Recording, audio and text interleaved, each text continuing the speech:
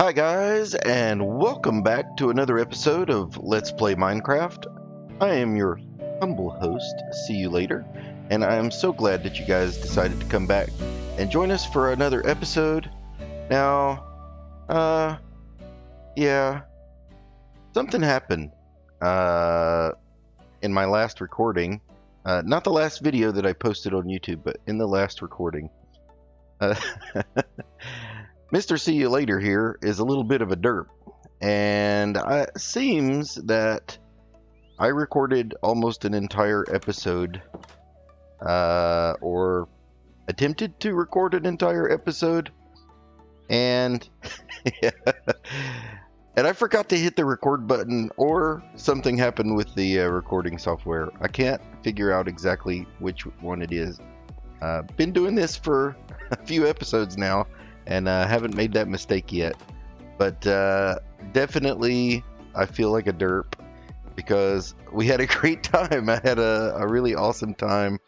Was hanging out with you, showing you some stuff, and yeah. So basically what I'm going to attempt to do this time is I've double checked to make sure that we're recording this time, of course. And I'm going to sleep in this bed right here. And I'm going to try to remember and go over everything that I did just previously.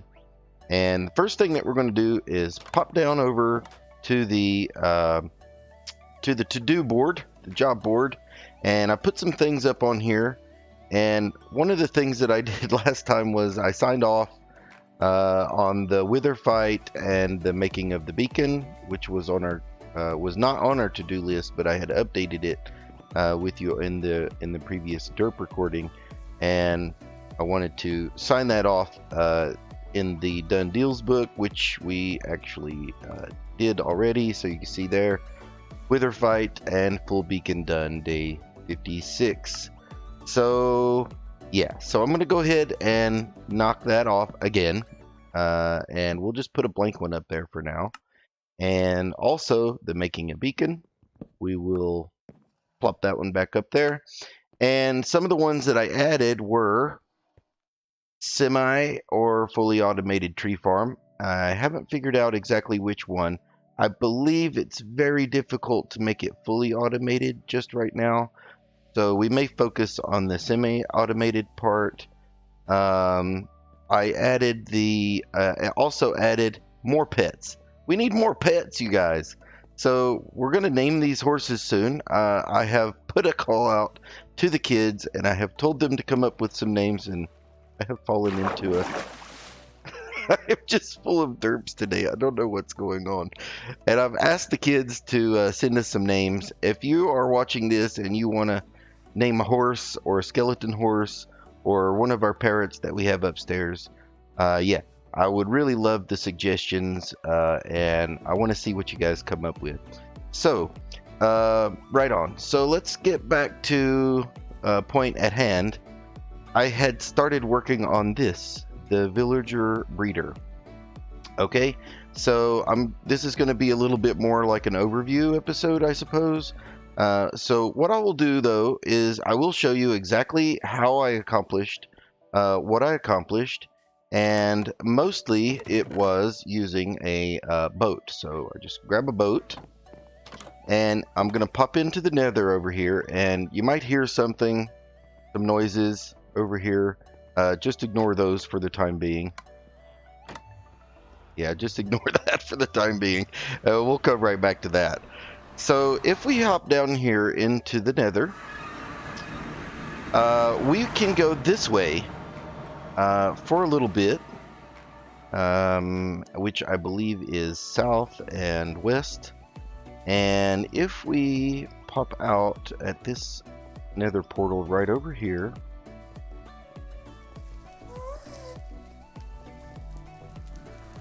this should pop us out right at our original, one of the two original villages that we found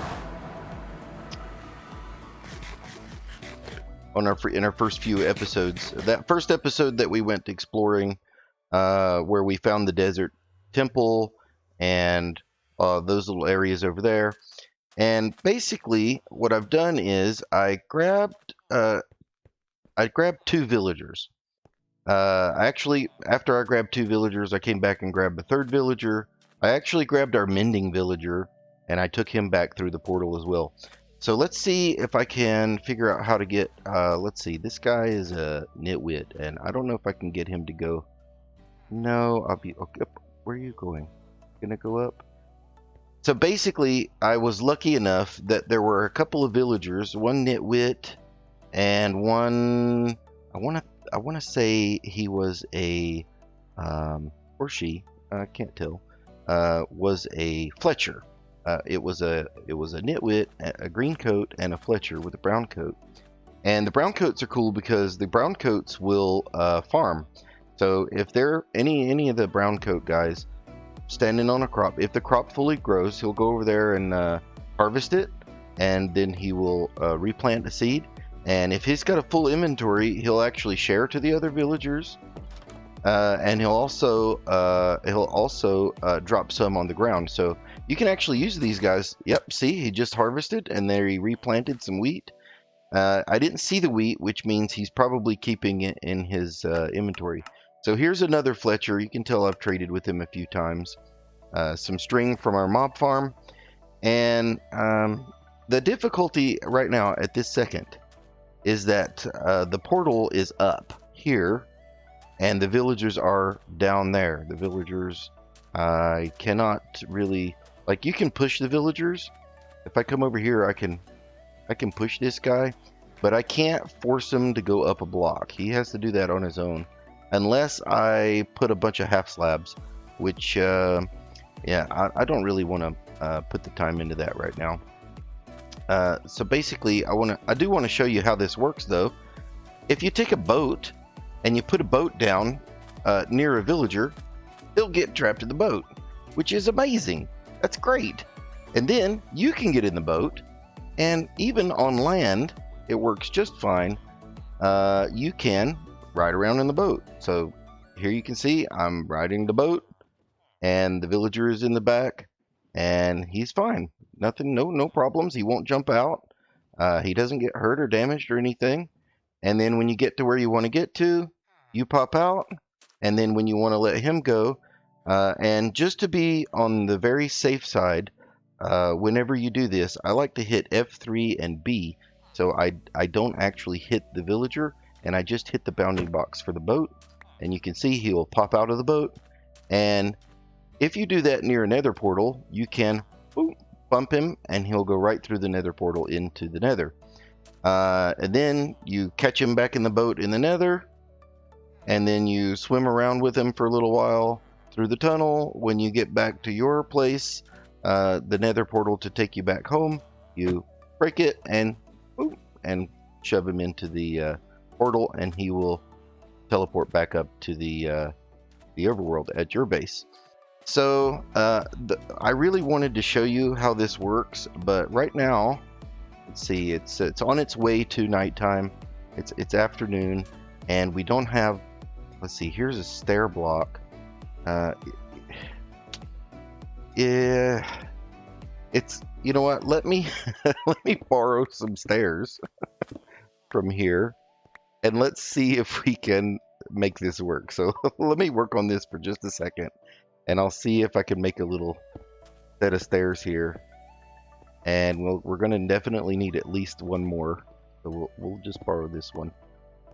And yeah, we need to get him up to this height. So let's see if we can gently persuade this guy. Okay, we can't. Are you not gonna? Oh, he's so busy harvesting, he doesn't want to pay attention to us at all. Okay, guy. Come on, let's go this way. Yeah, come with me. I'm gonna. Okay, this is gonna take a minute. All right, let me see if I can gently persuade this guy up these stairs, and then I'll be right back.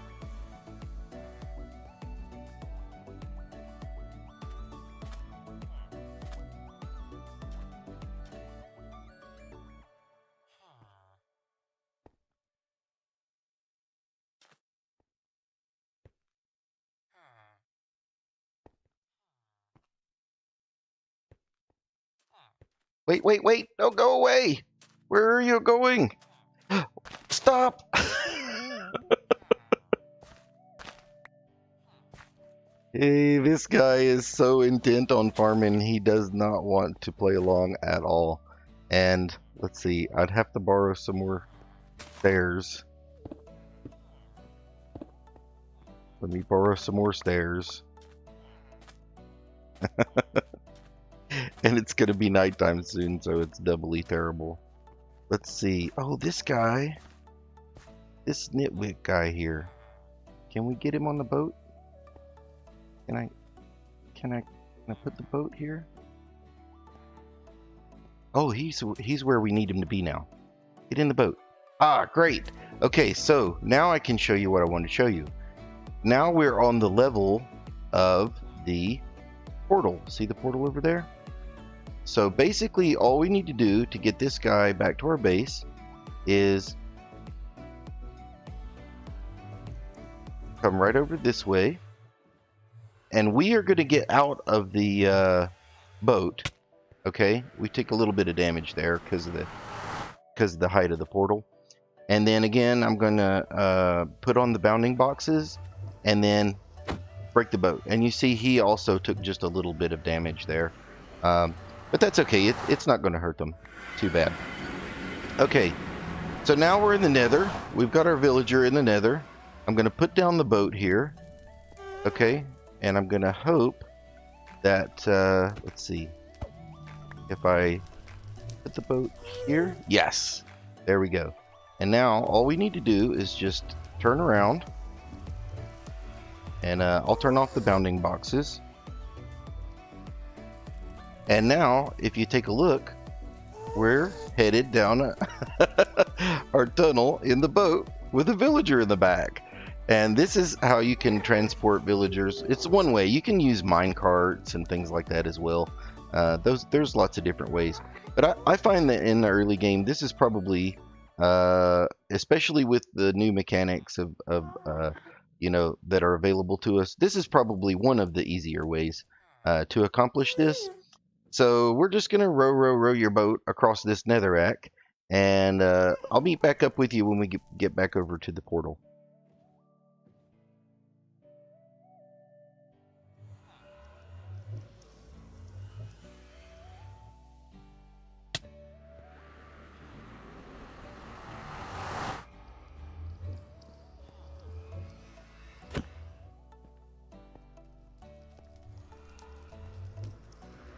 All right, so I'm sorry I didn't comment just then. I will just explain. So I drove the boat up just like we did in the last portal. Drove the boat up, got out, broke the boat, and immediately the villager teleported through the portal. And if our luck holds, he should be just fine. And here found in the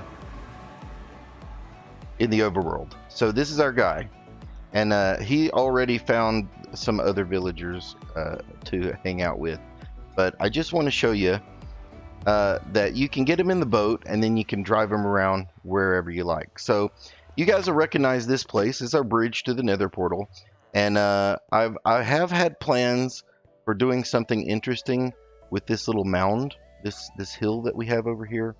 And I decided that this is where we would put our villager breeder because I believe that it's pretty safe. So I dug out this room and I put down some farmland with some water blocks. And I'm going to turn the game sounds off just for a minute because these guys are really loud. So yeah, so put down farmland, and you can see there's a trapdoor there with water underneath. There's one in each of the corners. This is a 9x9, and the way that this farm works, it's really simple. I think this is probably the simplest villager breeder that you could possibly make. And the reason I say that is there's all sorts of different methods. There's putting a villager indoors up above, and things like that, and then you can take the villager out, or you can cover it from the skylight, or uncover it, things like that. And All of those ways seem a little bit complicated to me, but as you can see, after some AFK time, this farm works really, really well. And we've got tons of villagers in here now, and we can pick through these and get the ones that we like out. And then the ones, you know, I'd like for the iron farm is going to need villagers as well. And I'd like to use the nitwits and give them a purpose, possibly. So we'll pick out all of these green guys, you know, 1, 2, 3, 4, 5, 6, 7, 8, 9, 10, 11, 12, 13, 14, 15, 16. So we're going to need, I think, about 20 villagers for our iron farm. But we're set on villagers. Any of these guys with bad trades might end up in the iron farm. Any of that stuff.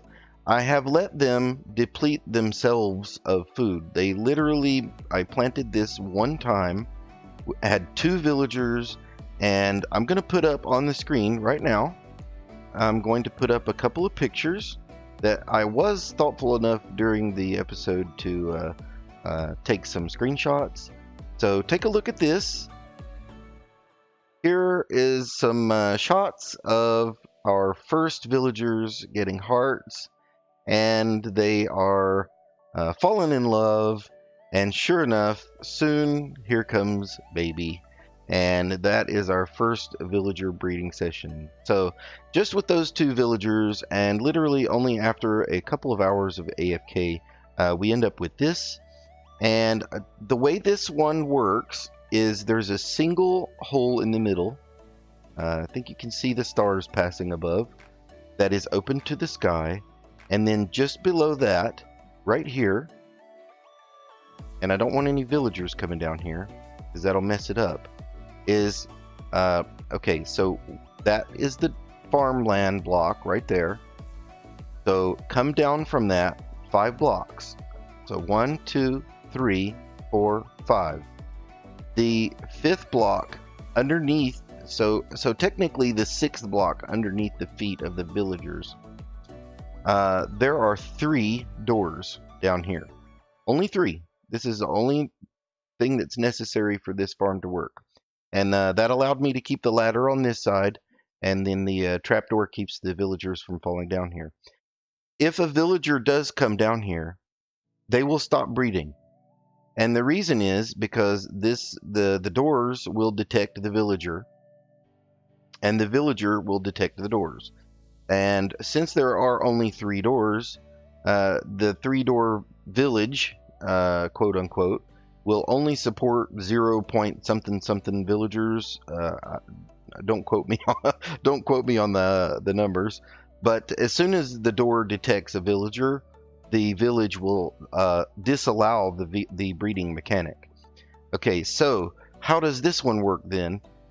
The villagers are just far up enough above the doors where the villagers can detect the doors, but only the top block of the door. Okay, I did not figure any of this out. This is, I believe, Nimbon and Ilmango and those guys from the SciCraft server. Those guys are, you know, geniuses when it comes to Minecraft. I think they figured all of this stuff out. But right now, the villagers can detect these 3 doors, the top of the doors, and that allows them to start their breeding mechanic.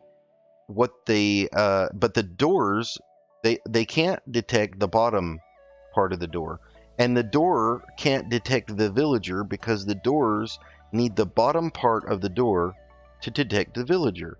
So this is a genius design. As long as these doors are here at exactly this height or depth, below the feet of the villagers will breed infinitely.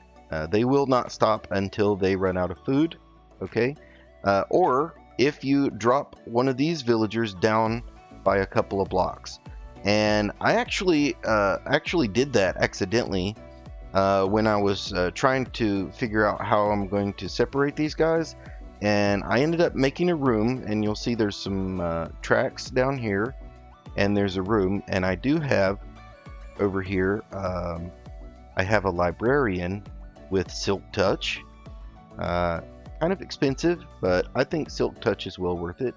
And we also have a leather worker, and I have tons of leather, And we'll talk about that in a later episode. How do I have tons of leather? Anyway, so I put together a very simple minecart track arrangement here. And the way this is supposed to work is the minecart will go up against the corner. Now, this is the corner of the breeding room. If you look, you see the guys are poking through their shoulders, or their arms every once in a while will come through the corner there. But the minecart, when it comes up against this block, it'll actually pick the villagers up through that corner. So there's no need to make an opening or a door or anything like that. And then what I've done, yep, see, he popped through again there. And then what I've done is I have routed this basically around in a circle. Okay, if these are powered, this one is, so it'll power this way. And then I use switch tracks to change the direction. So if I want to separate out ones that are going to go to the iron farm or have poor trades, I can simply switch this track over this way with the lever. See how it switches the rails? And the minecart will head off this way, and then I can take them out of the minecart and block them off in this area. If I would like to if they're keepers and I want them to go in my villager trading setup, I can put them in here and they'll go around, and then I just switch this track over, and then the minecart comes around and shoots off into this room. So we basically got a 2-room setup for separating the villagers. I don't know if there is, but I'm sure there is probably 10 times better ways of doing this than what I'm doing. But I am absolutely having tons of fun doing it. Now, why are we separating the villagers? Like I said, I want to keep the good trades for a villager trading hall. And I want to take the other poor trades and the nitwits and put them off to the side, because we're going to transport those eventually to our iron farm that we're going to build. So iron farm coming up in an episode soon. Only other villager that I brought over from the nether was I did bring our mending villager over, and as you can see, I have built a little storage cell for him to protect him from any zombies or anything like that. And I got a little trapdoor there. So even with this open, even baby zombies, there's no mobs that can get to him, and there's no corners for them to get through. And then, but you know, just for extra safekeeping, I keep the door closed. So sorry, guy. I hope you don't feel like I'm treating you too bad. So yeah, so I'll take this guy over, and let's see, how was he? 20 or 20 string for an emerald? That seems a little bit expensive, so I'm not exactly sure. And I do get visitors, as you can see here, throughout the night. Zombies do spawn on the top of this hill, and I've got this little setup here. Now I used the trapdoors, obviously, because I don't want to use doors. If I use doors, the house is far enough away so the wooden doors are not picked up by the villager's mechanic. But if I use the door here, like a wooden door here, it would they would detect the villagers of this, and they would not breed anymore. So these guys, I believe, are just about stopped breeding because there's no more food left. They've overpopulated, and they've overstretched their food resources. So it is nice that it kind of naturally comes to a close on the quote-unquote infinite villager breeding. However, if I cull a couple of these guys out of here and parse them off in the little separation area that we have back there, trust me, they will plant food again, and they will build back up again, and they will start breeding again like crazy. So that's that. We have a villager breeder, and it's working. So we can check out, we've got cartographer, toolsmith. There's 18 coal for an emerald. Coal's pretty good trade. 17. Oh, I've seen better trades from the butcher. Let's see. We've got some clerics over here. 39 rotten flesh. Now, rotten flesh.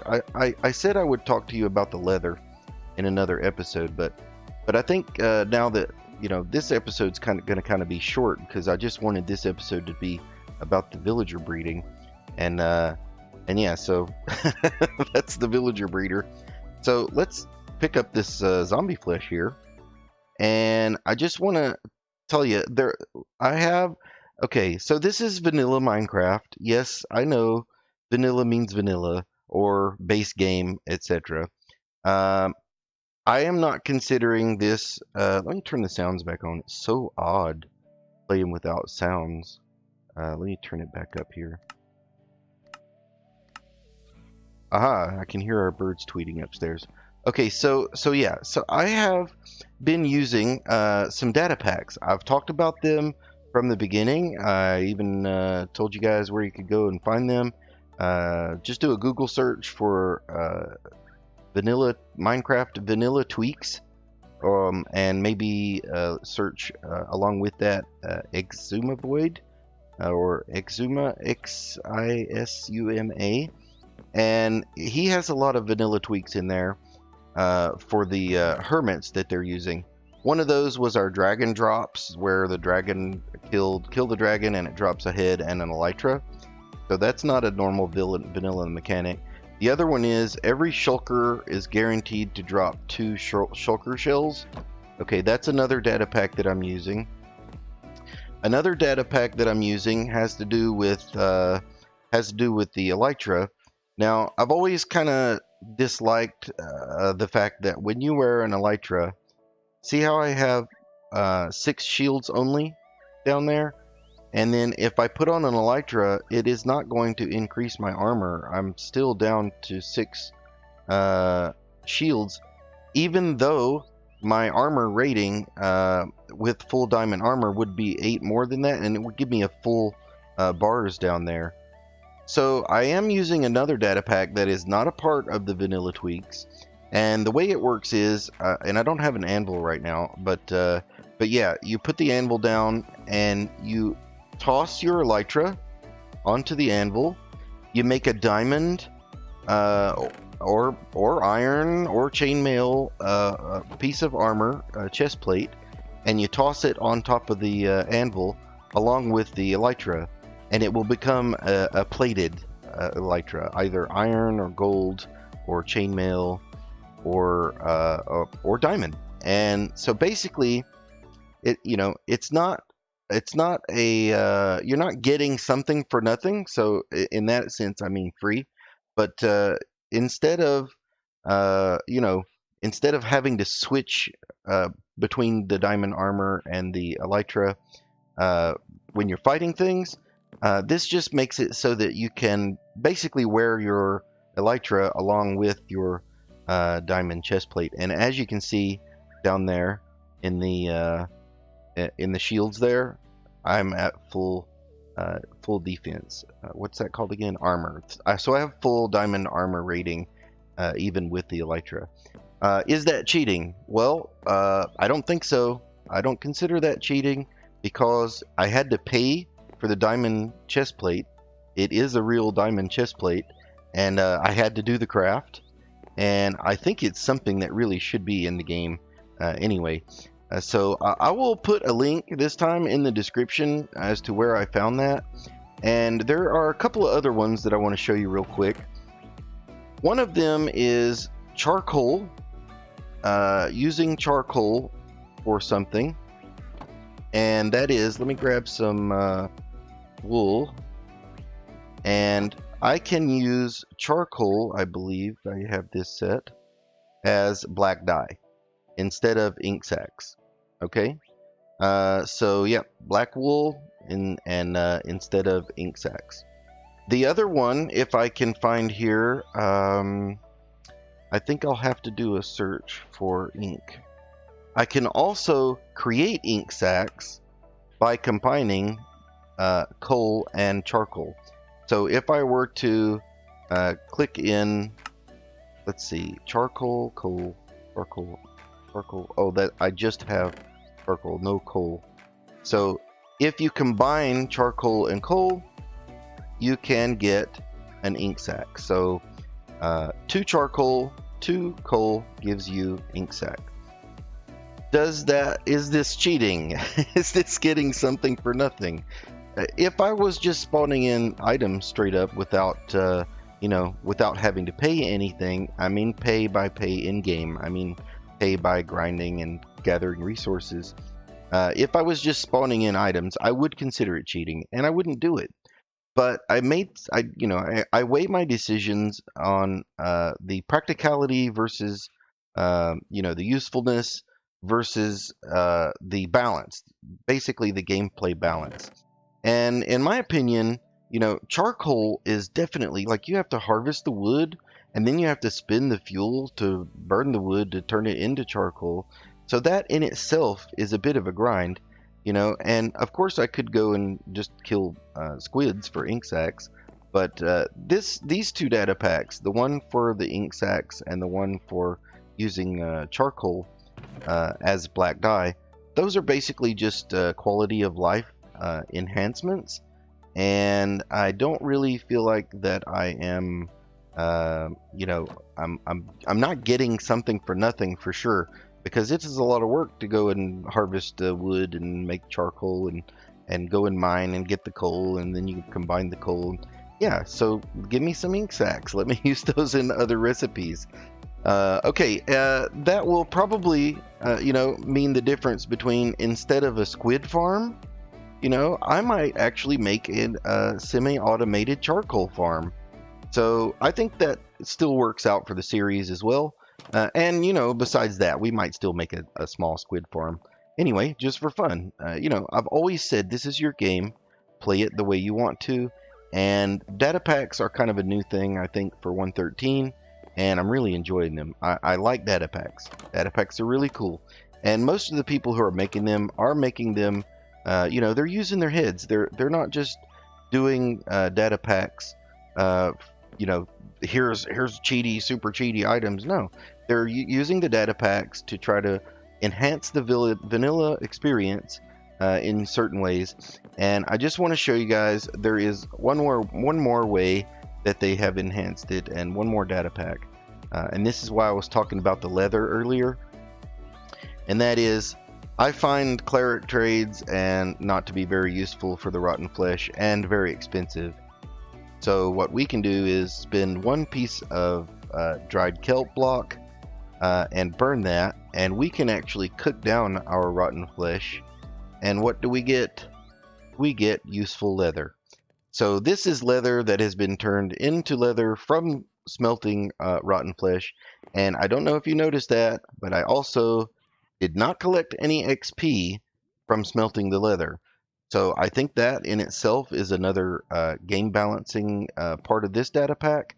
And I'm just going to let this rotten flesh smelt down here and turn itself into leather, because rotten flesh is, pretty much useless. And we designed our whole mob farm over there in the desert just to minimize the amount of rotten flesh that we get because of the useless nature of the rotten flesh. And I really feel like this is something that could be in the vanilla game, just to add to the bit of usefulness that the rotten flesh had. So now with the armorer, we have leather to trade. We have our sugarcane farm and our bookbinding office down there. So we have plenty of leather for making books, item frames, things like that. If we want to get decorative later on, we can, make some leather armor and dye it to put on some armor stands, which is definitely something I'm already planning on doing.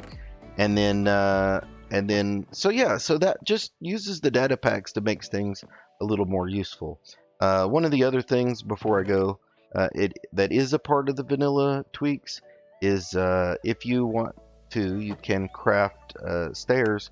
And instead of, I believe normally you get 6, you get 8. And if you actually do the geometry math and count up how many blocks you're using, 1, 2, 3, 4, 5, 6 blocks, you actually should get 8 stairs by volume. So again, this is that is something that's in the vanilla tweaks on the Exumavoid's website. And I just think it's balancing. It doesn't make sense that you don't get 8 stairs if you have 8 stairs worth of volume of stone that you're putting into it. And another one is the trapdoors. Trapdoors are pretty small. So this recipe for trapdoors, if you take the, let's see, grab some planks down here. And For the trapdoors, I get those are not trapdoors. That's a crafting bench. What is the trapdoors? Okay, so yeah, six oak planks, you guys. So instead of getting, I think, what do you get normally? 2 trapdoors? They've tweaked it to give you 12. So basically you get 2 trapdoors for each of the oak planks. I don't know about you guys, but I feel like that is more than fair. And is it getting something for nothing? No, I don't think it is getting something for nothing. Anyway, thanks for hanging out with me, you guys. I'm really sorry about the derp from before. I still feel really bad about it, about derping on the... I really wanted to do the villager breeding thing with you guys, and I'm so sorry that the recording did not work out. But anyway, we still had some fun, and we talked about data packs, and I'm going to get you guys some links, and I'm going to put them down in the description. If you guys like to play Minecraft, if you like to play vanilla Minecraft, play vanilla Minecraft with data packs if you want to. And then if you don't want to, then don't do it. Don't worry about it. If you do want to, and you want me to show you how to load up a data pack, maybe I'll make a little tutorial. Let me know down there in the comments. Hit the like button if you like the episode. Hit the subscribe button if you want to see more.